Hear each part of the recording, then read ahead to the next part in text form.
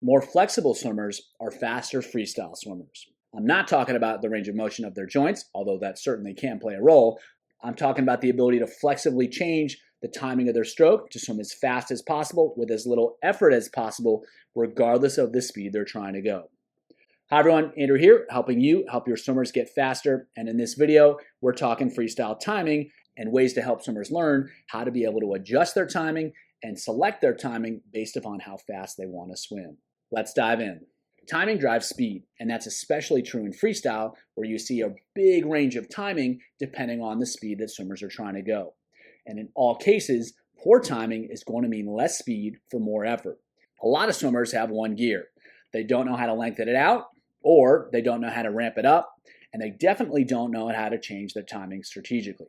Less skilled sprinters, they tend to swim with more of a continuous stroke timing, regardless if they're trying to swim a 50 or they're just swimming easy warm-up. In contrast, a distance swimmer with poor timing flexibility has a real hard time ramping it up and moving into more of a flowing stroke, and they only seem to be able to do that by compensating and removing certain parts of the stroke that we don't want removed. And in both cases, they have no idea how to change their timing based upon how fast they're trying to swim or the demands of the set that they're currently doing. On the other hand, better swimmers have control over what they do and when they do it. They know how to use the right timing for the right task. A perfect example of this is the NCAA collegiate system, where you have swimmers that race over 500 yards or even 1,650 yards, and then they can swim on their team's relays over 50 yards or 100 yards and swim really fast splits because they know how to change their timing, and they know how to change their timing effectively regardless of the event that they're swimming. And while the ability to swim effectively across those ranges is definitely driven by physiology, it's also driven by the ability to effectively change how they swim and use different stroke timings in order to go fast. Now, to take a look at those two extremes really quickly, we have this swimmer who is swimming a 1,500 meter freestyle, and he's being really patient between each stroke. His timing is more of an overlap timing. You can see here, both hands are in the same area at the same time. There's space between the different strokes. Each pull is going to be pretty effective, but there's going to be more time between each pull, and that's going to mean slower speed, but it's also going to mean a lot more efficiency so he can maintain his speed a lot longer.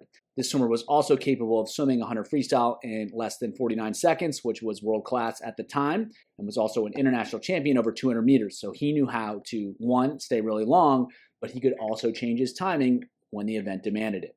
At the opposite end of the extreme, we now see that both arms are more or less moving in opposition. So when one hand enters, one hand is finishing, and then they switch so that the hand enters as the other hand finishes, and then they switch again.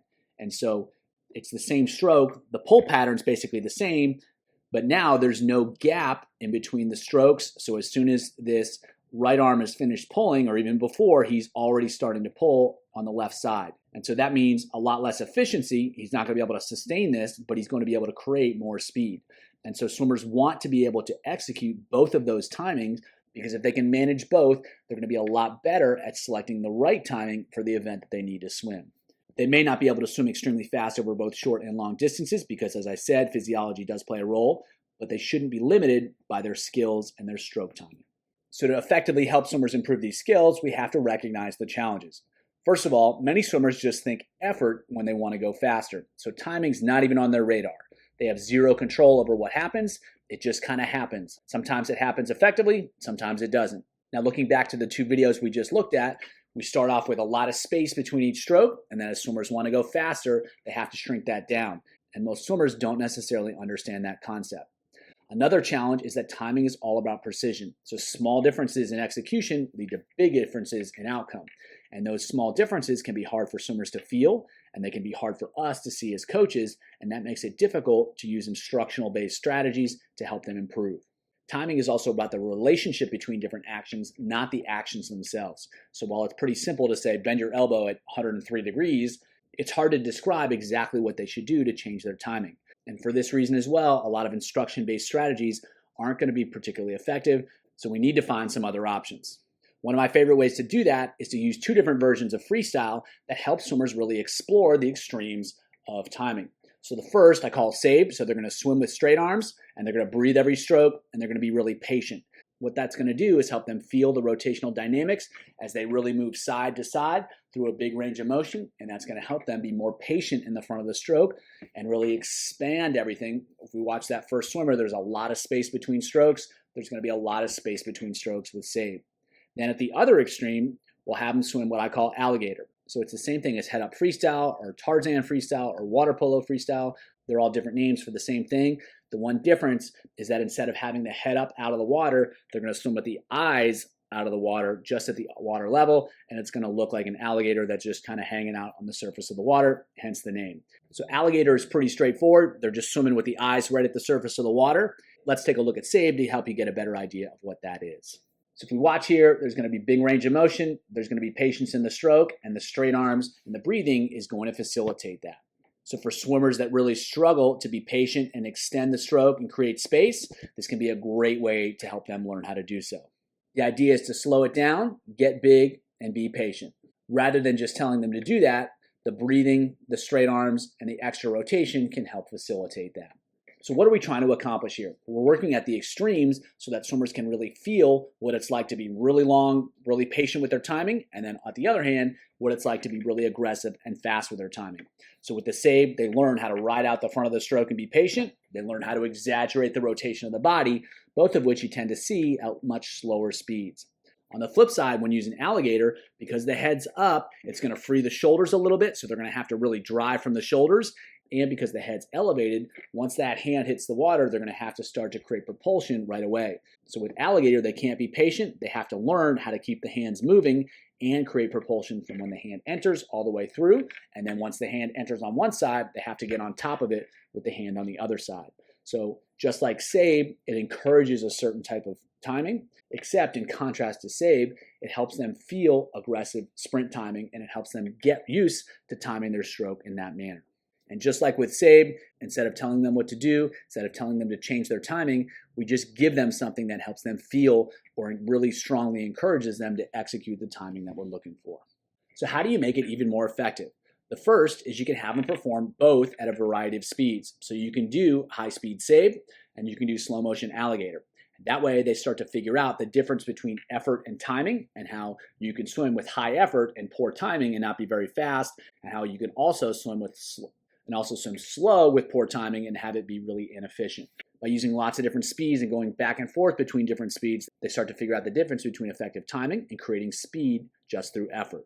You can use a variety of stroke rates, you can use resistance, you can use training aids, and most importantly, you want to switch it up a lot to help them get that contrast, get that difference in sensation between the two extremes. The better they can feel the two extremes, they're going to be able to figure out everything in the middle.